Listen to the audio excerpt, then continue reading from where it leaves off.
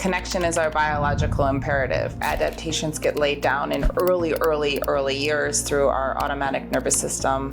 Jessica Baum, she is a licensed mental health counselor. She specializes in attachment theory, in trauma, and a number of other fascinating subjects. I think we live in way too much isolation when we're going through scary things. Do you think that dating advice is just kind of trash?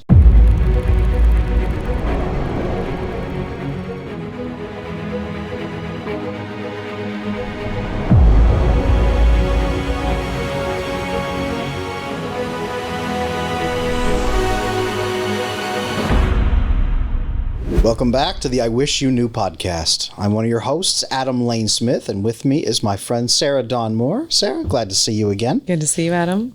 Today's episode is brought to you by our sponsor, Rugged Legacy Grooming Supply. Make sure you check them out if you want to look good. With us also today is Jessica Baum. She is a licensed mental health counselor. She specializes in attachment theory, in trauma, and a number of other fascinating subjects. I'm very much looking forward to this. Thank you, Jessica, for joining us today. Thank you so much for having me. What is something that you wish people knew right off the bat about your field and about your specialization? Oh, God, that's a tough question. I mean, I guess every behavior makes sense. And when you start to really understand yourself deeply, you start to make sense of your behaviors and you kind of shift into a more compassionate place. Now, that sounds a lot like B.F. Skinner to me. Is that a big piece of your work? Are you a big behaviorist, or is that just a piece that you happen to work through? Well, it's interpersonal neurobiology and understanding how we adapted and survived and making sense of those things. And I think once we make sense of those things, we develop more compassion for ourselves and others. So, Jessica, I'd like to ask a little bit of a personal question. If you might share with us, a lot of people get into this work because something might have happened to them, or they had a family member, or something kind of led them here. Would you mind sharing what led you to this work? Sure. I mean, my personal relationships have been struggles, so that's kind of what got me into attachment theory. I studied something called imago therapy, which is couples therapy, and so I did that for many years, and I helped family systems. I worked with addiction and quote-unquote codependency. And so between my own personal struggles and what I've treated and helped in my private practice, I became fascinated, mostly with attachment theory. This is wonderful. So I was a licensed psychotherapist for many years, an LMFT, licensed marriage and family therapist. And if this was your approach in school, please let me know. A lot of the clinicians that I've talked to over the years, they got the same treatment I did, which was in school, they skip through attachment theory, usually very quickly, and say there's no diagnoses that will really work for this unless you work with little children. Personality disorders is all you're really going to see with this. So we can skip through attachment theory fairly quickly. Let's get into the abnormal psychology. And we had multiple abnormal psychology classes and things like that. What was it that drew you into attachment theory, and how did you discover it? Yeah, I mean, actually, attachment theory, as you probably know, has the best test out there, which has such proven scientific results. But I think because I'm a woman who identifies as anxious and fell in love many times with avoidance, I think there's a hot topic around wanting to understand what that allure is. And so, I studied, the neurobiology behind all of that, and what woman doesn't want to know what's behind that. So that's kind of what got me into it. And imago theory is, for those listening, it's why we are attracted to what is familiar and how we replay like some of our trauma on our relationships. So I got trained in that. So I don't know if that answers your questions, but that's kind of what brought me to really wanting to dive deep into this material. Wonderful. Now, from a neurobiological perspective, that is music to my ears, because that means that you can identify it if you understand potentially what's happening within your body, within your system. So can you kind of explain if somebody's watching and doesn't know anything about attachment theory, what are some of the things, but there's a lot of people that don't. I think it's still kind of underground for a lot of people. It's coming out. I think there's more content that we're seeing more so now than ever. But what is the feeling that somebody experiences of an attachment wounding, in your best words? That's a great question. So I think that as we're learning that our attachment system or adaptations get laid down in early years through our automatic nervous system, and we're biologically wired for connection. So what happens between mother and an infant and that didactic dance and that co-regulation is when we are in connection, we feel safe and our nervous system is wired in a certain way. And when we're not attuned to well enough, or when we're misattuned or there's inconsistency, we start to form an anticipated bodily response towards connection. And those patterns lay down like the foundational blueprint as to how we respond to intimacy, closeness, abandonment, and connection later on in life. So depending on where we fall, or I don't even like to categorize it, but if we don't get our needs well met and we're not well attuned to, and there's a lot of left brain, how do I explain this for the average person? So if we're not seen into and taken care of well enough, and does not have to be perfect, there's actually like 60-something%, we developed wounds that live in our body somatically and adaptive strategies to help us survive. And when we're in relationship as adults, whatever might feel threatening, whether that's someone coming too close or someone abandoning us, our adaptive strategies that live in our nervous system will get activated. And so we'll do a lot of behaviors in our relationships to quote unquote stay safe. And most of those behaviors are adaptive strategies and nervous system responses that were hardwired in to our nervous system at a very early age. So it's very layered and it's very complicated. And yes, there are 4 types, but it's really around how we are designed to stay safe and what patterns come up to keep us safe, which ironically cause more havoc than keep us safe, but that's why we do them. And what do you think the breakdown is from a gender perspective? Because I hear a lot of attachment specialists in particular talk about men being more avoidant versus women being more anxious. Is there a delineation within the genders, and how does that present, and why potentially do men tend to go more avoidant versus women more anxious? And what brings those two people together? I mean, obviously core wounds, but what is the underlying kind of glue that brings it together that makes it so attractive? Okay, so those are 2 like really big questions. So let me just start with one. And so the first question was, so are there gender differences? The truth is, yes, there are. I would say probably more males fall on the avoidant side, although avoidant people are very anxious. Our society promotes that for men to kind of not work with their feelings and shut down. And so they can fall more into that scale just because of cultural influences and then like intergenerational stuff that gets passed down. But it's not always the case. So a lot of it has to do with your mother's brain. And so a lot of males can actually be anxious inside and have avoidant protectors because that's also more culturally acceptable. So a true avoidant, male or female, is someone who was raised by other avoidance. So people who couldn't emotionally see into the child and focused more on success and being there for the child, like meeting their needs, but not really understanding their emotional needs. That's a true avoidant. And that's glamorized for a male in our society, being really successful, not being really emotional. So they're pushed into that category sometimes.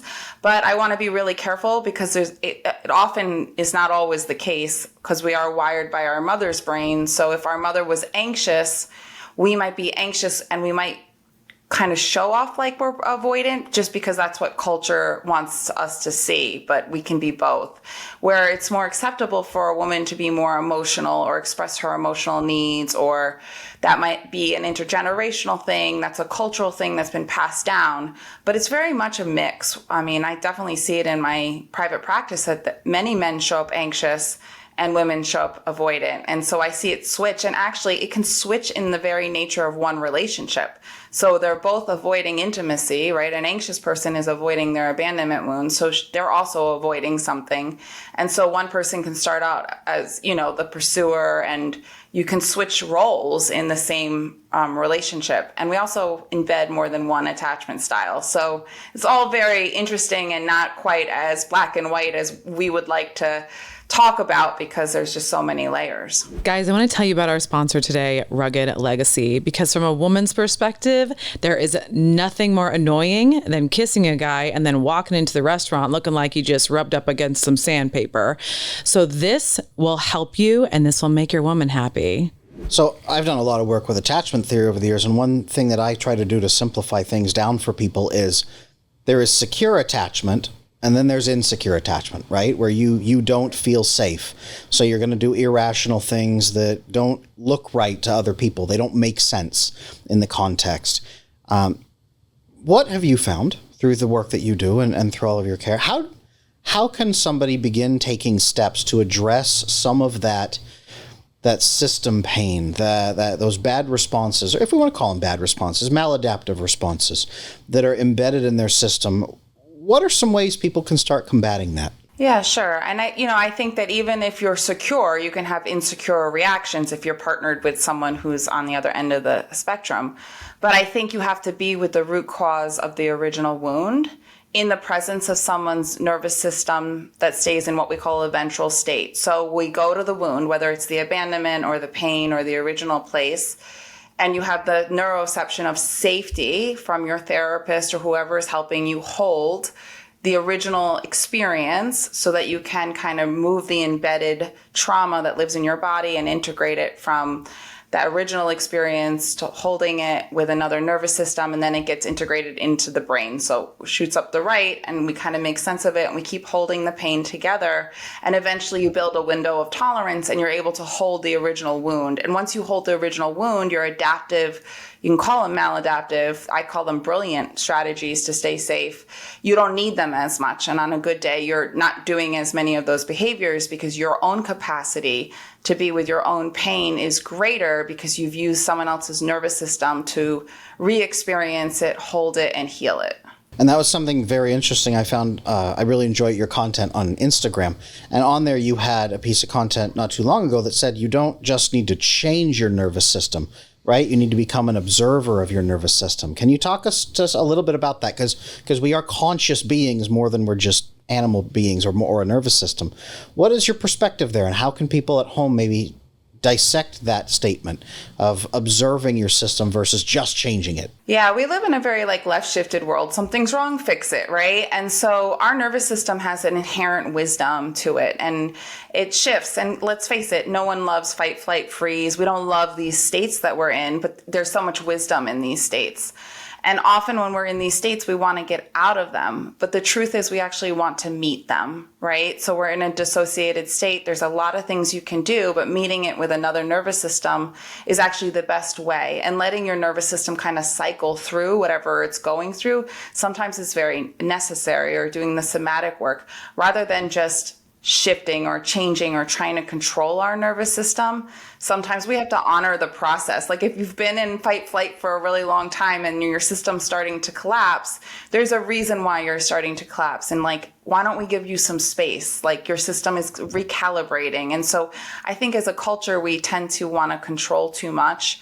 I think we need to hold more for each other. I think we need to meet our systems more with other people. I think we live in way too much isolation when we're going through scary things. I think another person's nervous system or co-regulation is really the best way to meet what's going on for you. And we tend to want to be self-reliant and resilient in that way. And it only hurts us more in terms of healing. I like that because that's a lot of co-regulation, like you said. And it sounds like systematic desensitization through co-regulation with somebody who is steady enough to be able to meet that and hold space for us. Really love that. Absolutely. Really love that. The question, though, becomes if somebody is just starting to understand this process and that they might be affected by this. And a lot of people that follow us, I don't know who you're following is based out of or who the main followers are, but a lot of them are single. A lot of them are getting back into dating, or they are dating and they're noticing these patterns. So what would you say to somebody who was just kind of recently diagnosed and then they are getting to a date, or they're trying to break the patterns of who they potentially are attracted to, or what attraction means in general? What is chemistry? How do they start to recognize that that person might not be the best co-regulation for them, might not be someone that would be potentially very good for them, how can they work within their neurobiology and within their system to recognize, ooh, I might need to pay attention to this feeling that I'm having that I might be thinking that is butterflies, but it's something else? Right. That's the question you asked me before, and I didn't get to. So I think sometimes, and I can break it down for anxiously attached and avoidant, because that's, I think, what a lot of, and maybe even narcissism for the average person is when we are babies and our mother sees into us, we're usually bathed with a lot of neurochemicals, whether it's dopamine and serotonin. We're supposed to be in this warmth, right? And we're the center of the world. If we missed that and we didn't get enough of that because we're carrying these wounded parts with us, when we go on a date with someone who literally treats us like we are the center of the universe, our brain is flooded with such wonderful chemicals that we didn't receive when we were a baby. And it is really intoxicating. So in that beginning stage, because it feels really good, we can miss a lot of red flags. So it can be alluring and it can be confusing when, oh my God, this feels really good, or he or she is making me feel like I'm the center of the world and I've never received this attention before. And a lot of that is a missing developmental link, and our brain didn't get that. So it can feel really safe, it can feel really wonderful, and really what it is it's at the beginning of what might be what considered a trauma bond, right? Because we're not catching the red flags. We're just going off the original feeling. So it's like part of it. And the other part is, when you're dating someone, if someone's trying to merge really fast or rush in too fast, that's a red flag. And that's an early developmental wound as well. So people with earlier wounds don't love to be alone, and they tend to want to merge whatever end. We can say narcissism, but anxiously attached people are afraid of being alone too. So they tend to merge faster and join faster rather than taking a slow approach of really getting to know the other person and integrating them into the world. The feelings are very heightened. The allure is very big. Sometimes it's a fantasy bond. So they're rushing towards each other as like kind of an escape, but they're not conscious of it. So for anyone who's listening, you just want to go really, really slow. You want to make sure ethics are in line, everything's in alignment.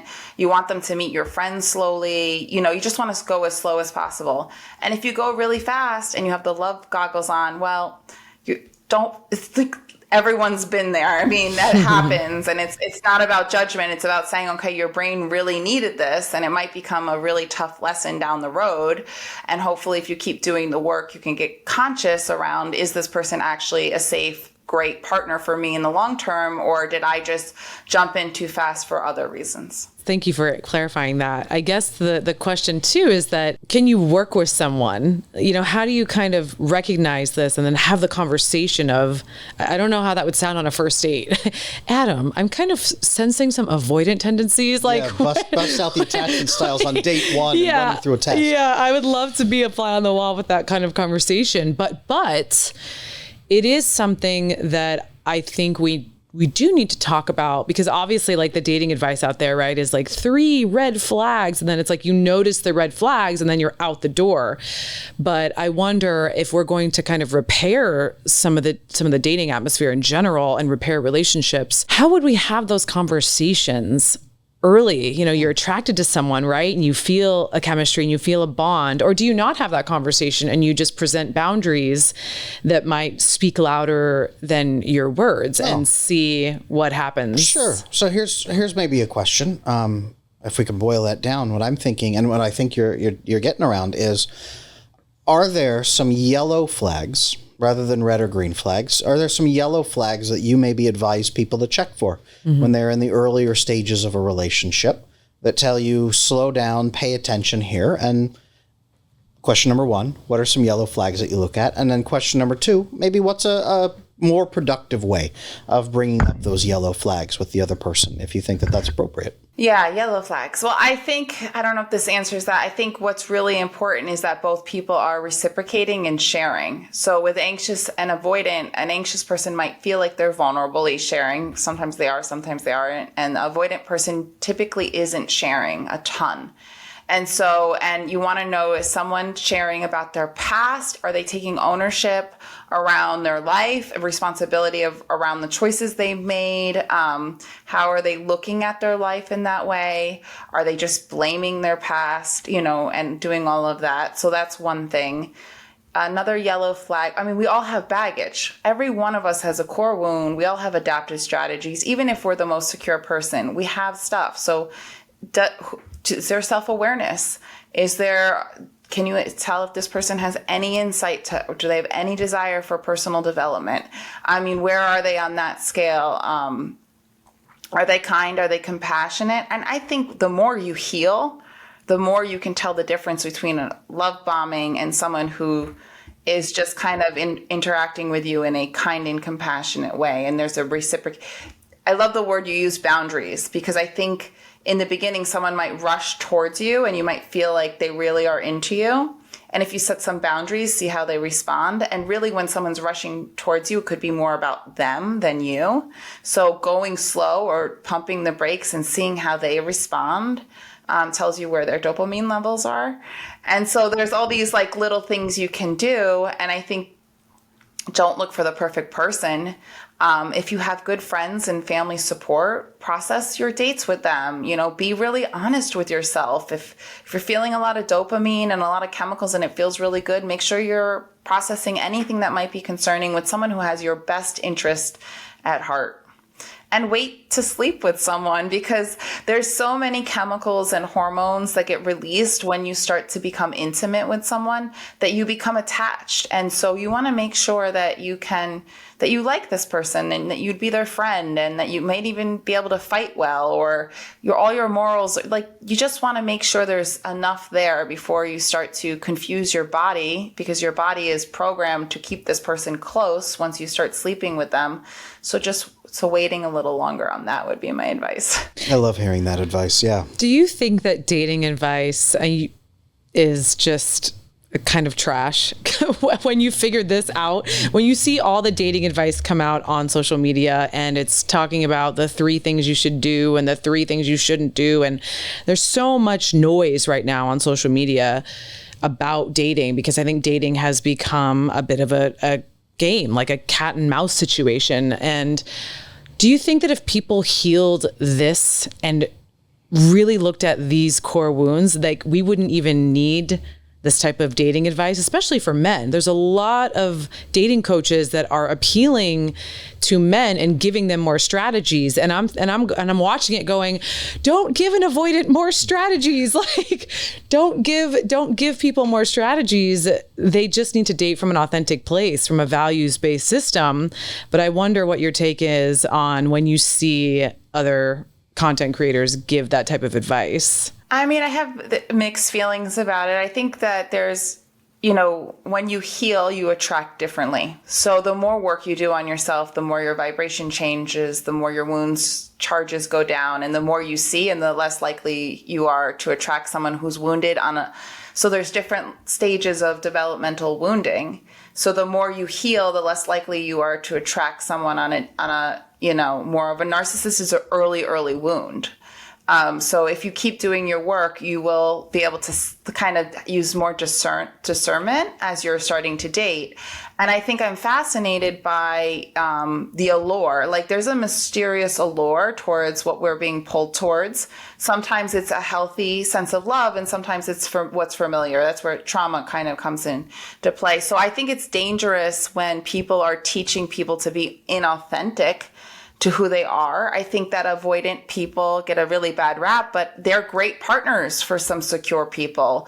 There's nothing wrong with that. It's just the problem is, the anxious and the avoidant tend to be like moth to a flame, and there's a reason for that. But yeah, I think you're right. Like it's a little frustrating if the coaches are teaching you to be inauthentic to yourself, because I think the more authentic you can be, the more you just rule out people who aren't right for you. And eventually there's abundance out there. Eventually you're going to match with someone who's right for you right now, rather than trying to be something that you're not. One question that I have is, as people are addressing this, because here on this podcast, we try to give people actionable steps, right? This is wonderful information, and you're providing a great amount of detail. I love it. Actionable steps that somebody could grab some of this information, and then they're going to say, what do I do with this, right? We read a textbook or we watch a YouTube video, and we're not sure what to do next. Would you provide opening steps differently to men or women, or do they follow the same opening steps for addressing some of this? And what would some of those opening steps be that you'd recommend? I would not give different advice for male or women. And I would say if you're dating and you're feeling quote unquote triggered by your partner or your potential date, you want to look at that person like an avatar and say, okay, person X is bringing what up inside of me? And then you want to say, okay, I'm going to replace the word trigger with awakened. They are awakening my early abandonment wounds. They are awakening my fear of rejection. They are awakening what theme inside of me. Now, when and how many times has this theme showed up in your life? And how early was it when you ever first felt the sensation where I might be dropped, or why aren't they returning this call? Where do you feel it in your gut, in your heart, in your muscles, right? This is where the somatic, this is where the trauma lives. So you want to kind of take the other person out of the equation. And if you really want to get into your themes and your core wounds, you want to say, okay, this person is just bringing up my work. Everybody is a mirror back into myself.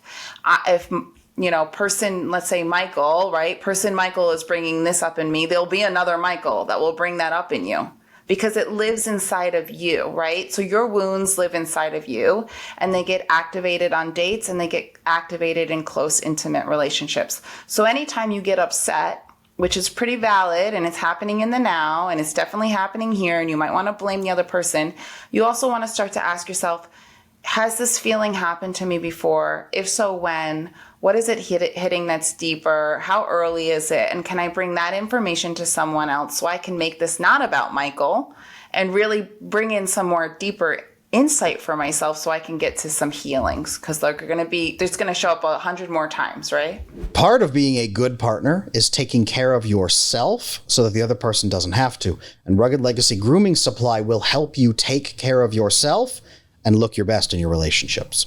I guess the question too I have is that a lot of people who come from these core wounds and have some family structures in place that help to create some of these things, where do they go for a safe space?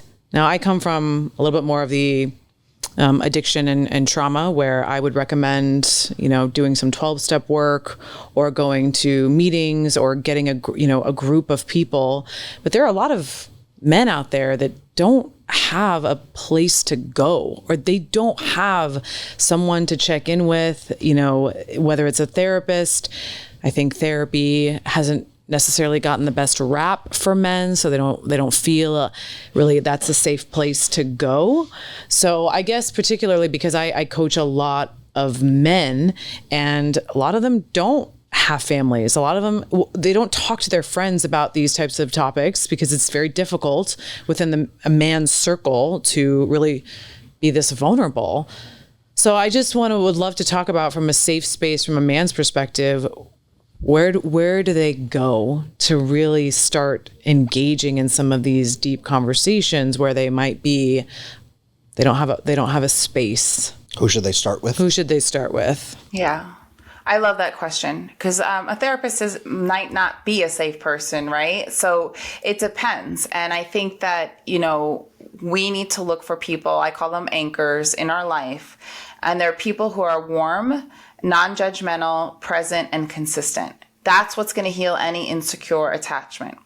And so if we can have people that we can share with who will not fix us, and that's like the big thing, right? We always want to fix people and help them, but really just be with them and hold the experience. And if men could find other men or anyone who's just caring and can just listen, and they can safely start to share, their sense of safety will start to shift. And it's very hard for men to be vulnerable, but there are safe relationships. And I think a safe relationship is one that's just non-judgmental, warm, and receptive.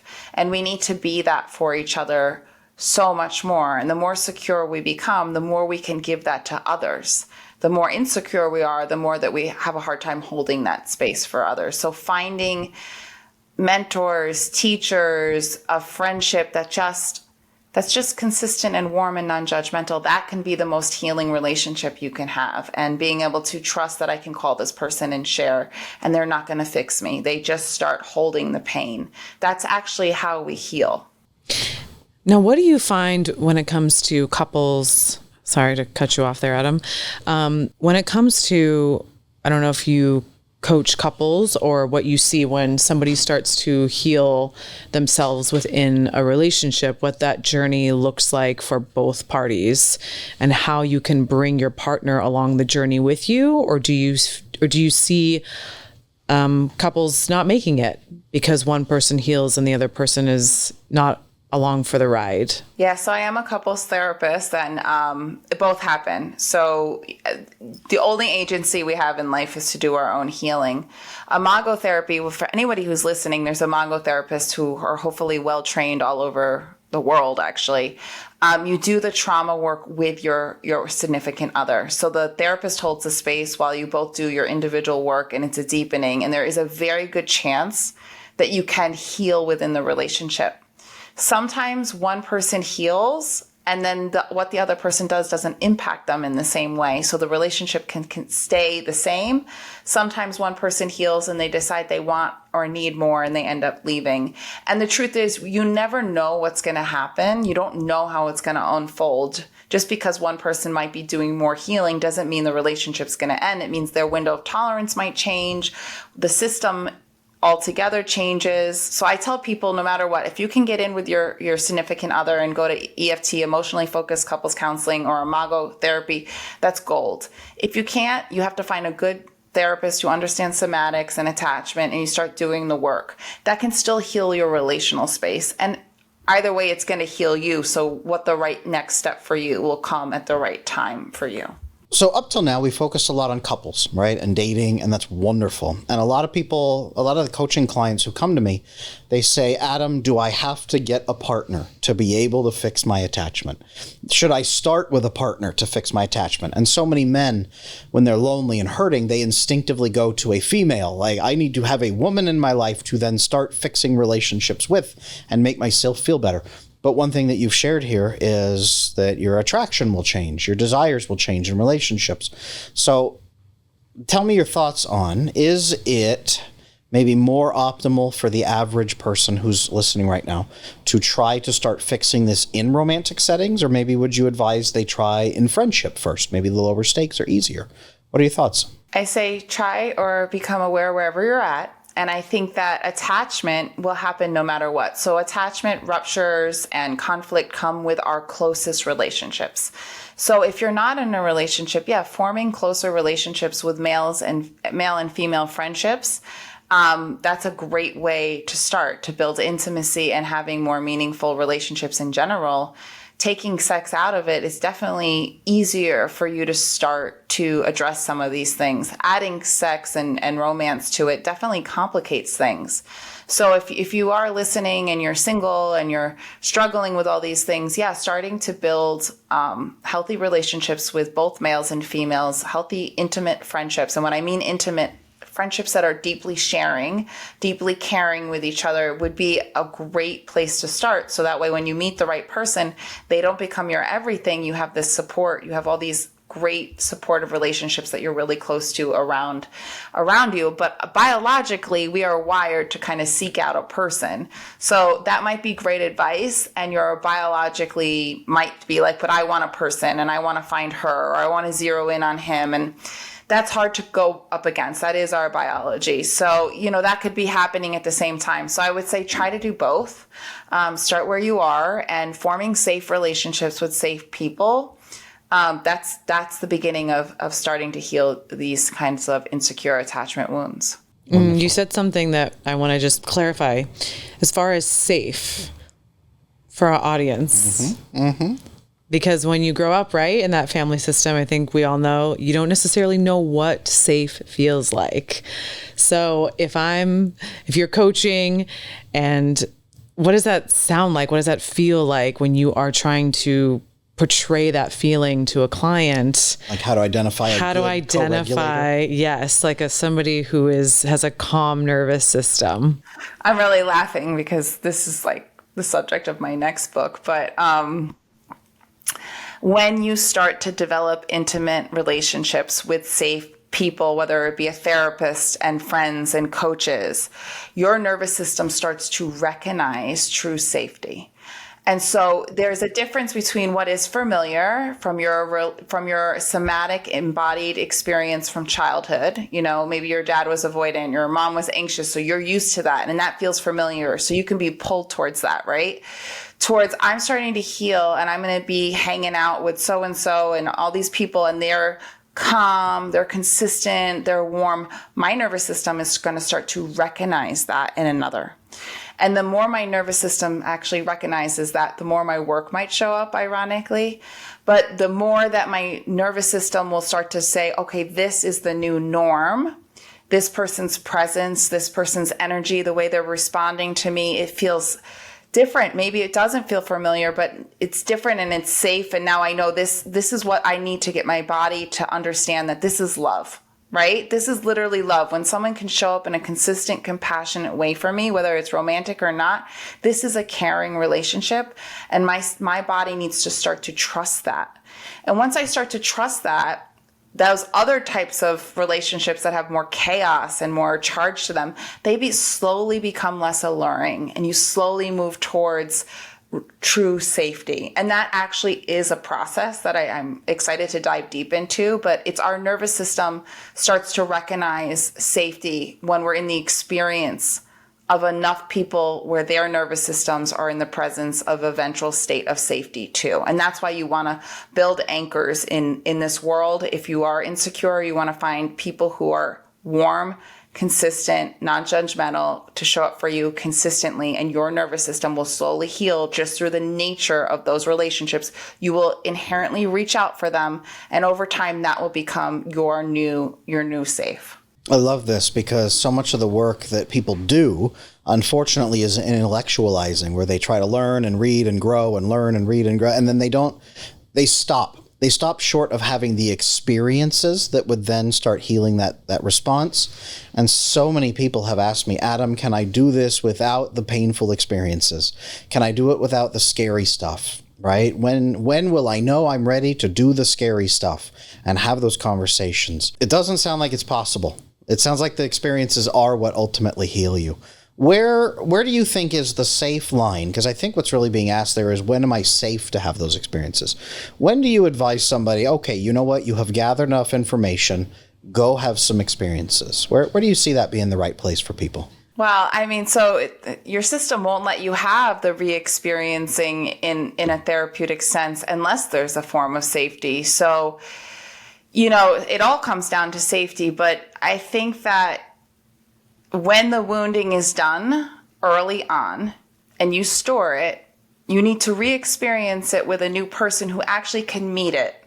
And if we don't re-experience and meet it, it stays with us. So unfortunately, I wish there was some way around it. All I know is that you don't have to do it alone, and it's meant to be held and healed with another human being. And we can't heal it alone. So if you're listening and you're like, I don't want to go through it, it's like, I get it. I went through it. I have a lot of insecure attachment myself. I've gone through the depths of hell, I feel like.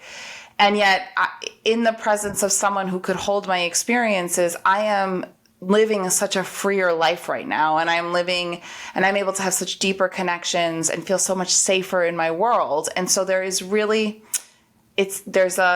byproduct of living through that and getting the support and having the wisdom that I have the right support lined up to get through it. But there's no getting around it, really. I think we can stay unconscious of it, or we can avoid it. And I think we'll do that until we have enough safety in our life to experience it, or we hit such a wall that we have like no choice because we're just like so incredibly miserable inside. Now, the dynamic of, and I'd love both of your takes on this, the dynamic of when two people find themselves in these types of relationships, right, where you might have this dysregulation, this nervous system, anxious attachment versus avoidant. They're in together, they come together, and they're good for 6 months. And then all of a sudden, right, the conflict starts to ensue. Or there's one that's pushing and pulling, or the anxious person is starting to create more conflict because they're feeling that the other person is pulling away. How would you tell people to kind of recognize that pattern might be happening?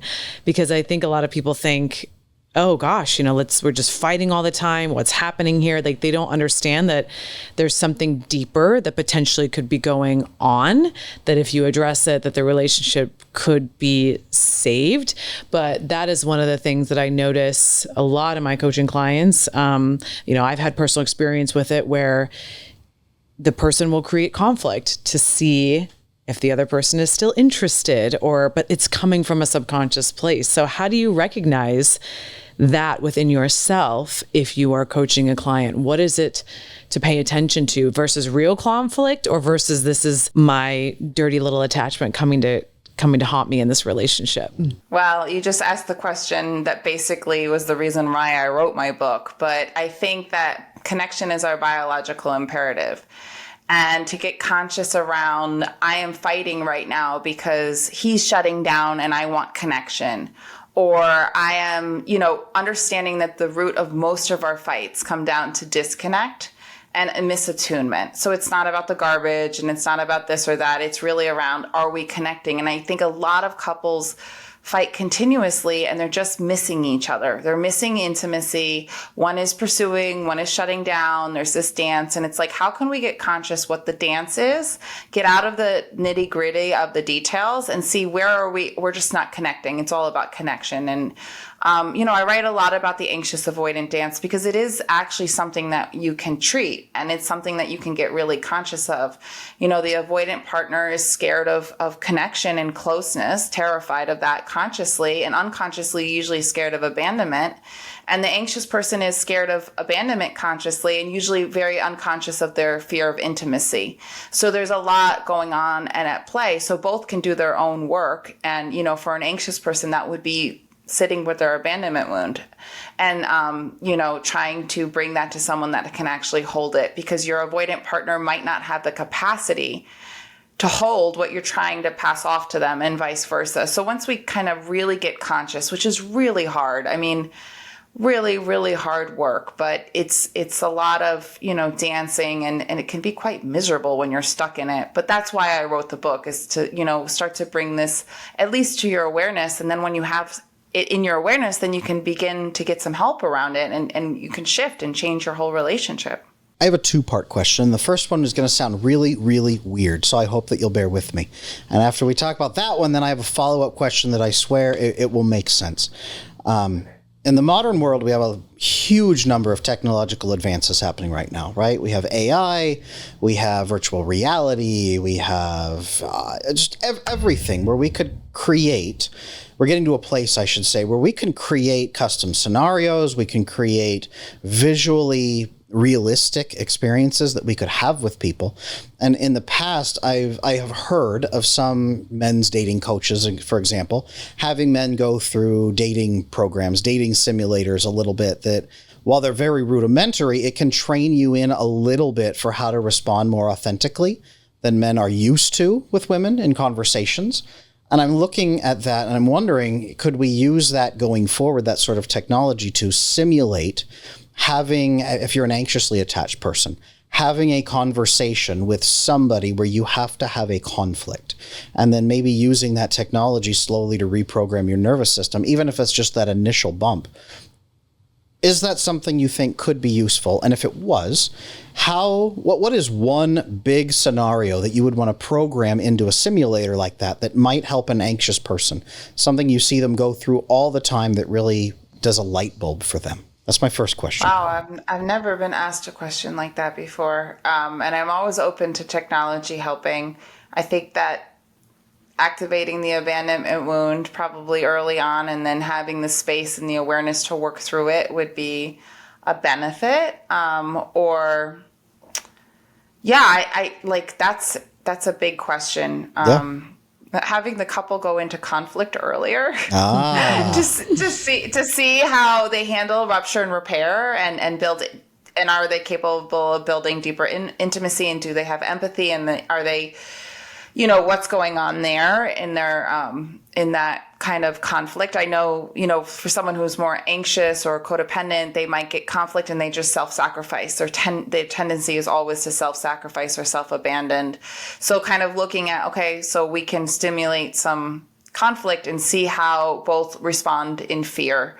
Does one become shut down or more selfish? Does one become more of a sacrificer, an apologizer? So starting to see those traits show up earlier would help. I think would help understand, okay, can you guys work through conflict well? So if we do have AI girlfriends for guys in the future, Jessica suggests that she should introduce conflict earlier, but then help guide them through it. Now, and I actually agree. I think that's fantastic. That is, because it introduces it, gets it right out of the way, and it can create such immense bonding and trust early on as you go. Then let's take that a step backwards from a future with AI and all of that to today, where we can't really quite do that. How could we, or maybe a better idea is what might you recommend that people could do today if they're in a relationship right now with a partner, or they're just getting to know somebody?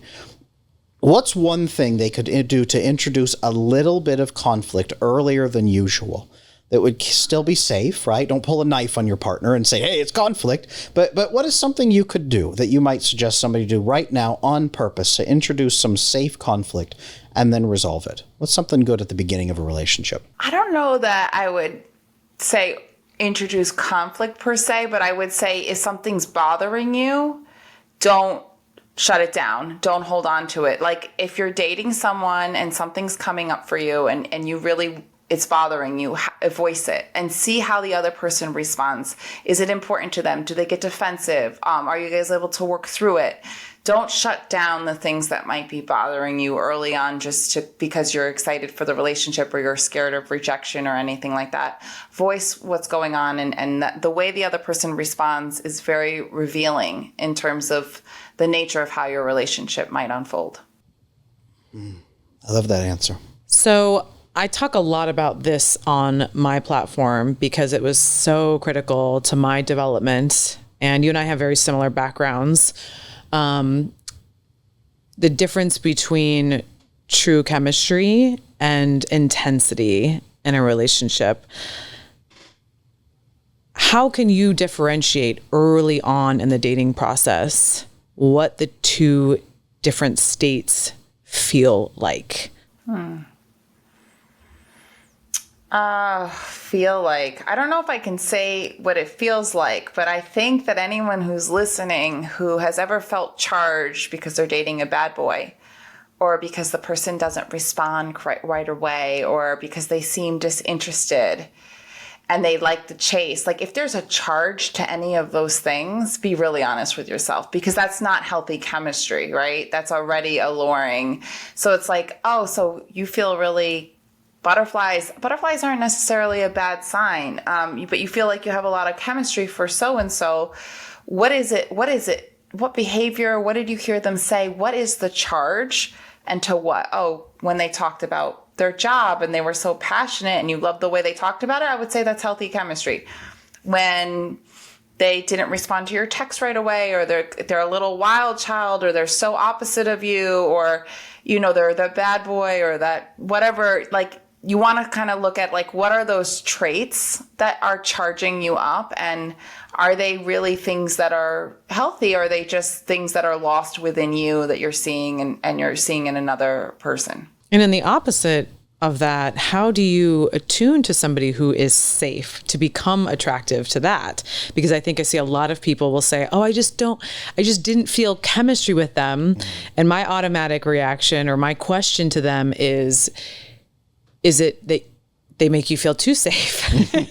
They don't trigger kind of that deep need for approval seeking, or there's not enough chase to them. Like, they're present, they're answering your text messages, they're showing up for you, but you don't, I hear a lot of women say that, like you said, if they're not the bad boy or if they're not the avoidant, then they don't feel attraction to them. How would you suggest to fix that template of attraction? Because I think that's what I think there's a lot to be said about that, especially with the dating apps. There are people that will get on there and feel an instant chemistry just by that picture. And so it's like, how do you start to tease that apart and say, wait a minute, what are all these systems happening in the background that are drawing me and pulling me to this person, not just from an evolutionary perspective, but from an attachment-based perspective? Is that clear? Mm-hmm. Yeah, I think that's really clear. I mean, listen, we all have lessons to learn, and to some degree, if you're really attracted to the bad boy or the real avoidant, you might still have that lesson to learn. And you might not be able to stop someone from that type of attraction. I think the best thing you can do is, if you're attracted to this person and there's an allure and we know it might not be healthy, let's stay working together, and whatever comes up for you, let's stay doing the work and let's stay honest, because this might crash and burn. But you might not be able to stop two people from merging, right? And so we don't have control over that. And I think there are many people out there that was like, yeah, there was a couple of red flags and I went in head first. I mean, I know I've done it personally, and I'm sure other people have done it. So, you have to heal, because the allure lessens when you heal. And if someone's really boring, and sometimes it's not a good fit, but sometimes give it some time.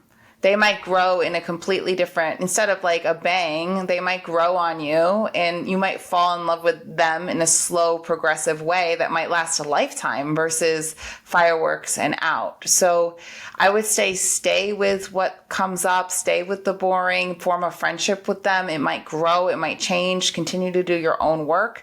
And sometimes people are just not great matches. And so there's so many variables that you just don't want to rule someone out because they don't have that charge. You might want to just keep them around, even if it's just a friendship for a little while, and see if that grows in the right direction. Oh, the guys are going to love this. Keep them in the friend zone. They're going to love, but sometimes that's the best way. I think that you have to be upfront too, that it's not that you don't want to have sex with them. I think you have to be honest about that and just tell them, like, I am attracted to you, but I like to take things slow because I want to get to know if we are a good partner, if we're going to create a good partnership, and I think if a guy heard that and understood that he's not just spinning his wheels, he's not just wasting his time, that he would be okay with that. Oh yeah. Guys complain when women say, I deserve X, Y, or Z. But if a woman says, I'm very selective about the people that I connect with, and that I'm going to take my time, I hope you'll do the same. And this would be a way to honor that connection that we're going to make eventually. Secure men won't hate that. No. Secure men will say, that sounds great. Yeah, they'll probably actually respect that. Oh, yeah. Even more. And to grow respect, that's how you do it right off the bat. I love that. Yeah, and if the person doesn't like it, I mean, they might be more avoidant and needing to merge, and that gives you a lot of information. Listen, a secure person will attune to your needs, and so they're not going to push too much for something that you're not ready to do. Mm-hmm. I love that. Well, Jessica, can you share with us and with the people at home a little bit about what's important with you right now, projects you're doing, things that they can find with you and do with you, and then maybe where they can find you on socials? Wow. I'm in the process of writing a new book, but I can't even share about it yet because I'm literally in the deal right now. But my current book that's out, Anxiously Attached, Becoming More Secure in Life and Love, is an awesome book. It's doing well. It's in 12 countries. People are loving it. If you loved everything that we talked about today, I go into a lot of detail. It's also very easy to understand. So I have that. I have a coaching business. I have a team of people who work with couples and individuals. And then I have a private practice here in Palm Beach for anyone who's local in Florida. So that's me. I love what I do. I'm very fortunate. And yeah, working with attachment and trauma and core wounds. And basically that's what I do all day. So that's wonderful. Where can we find you? I have an Instagram, Jessica Baum, LMHC. And then you can literally put in Jessica Baum and I pull up everywhere, but beselfful.com is my coaching business. And then the Relationship Institute of Palm Beach is my private practice here in Palm Beach. Wonderful. And everybody listening, you can find that in the show notes. And if you're watching this, you can find it down in the description as well. Thank you so much, Jessica. Amazing conversation. And we look forward to having you on again. I would love that. I would really love to come on with you guys again. That was awesome. Thank you so much. Well, thank you so much for joining us on I Wish You Knew. My name is Sarah Dawn Moore. You can find me at sarahdawnmoore.com, where you will see my coaching products. And I have a course called Mastering Modern Love that talks a lot about attachment, but also how to really heal from the inside out and understanding male and female dynamics and tendencies. Adam, where can we find you? I am Adam Lane Smith. I am on adamlanesmith.com, where you can find my coaching, my course, my books, all my materials for fixing attachment and building great relationships. And you can find me as @AttachmentAdam on Instagram and on YouTube. Thank you so much. We'll see you on the next one. We'll see you on the next one.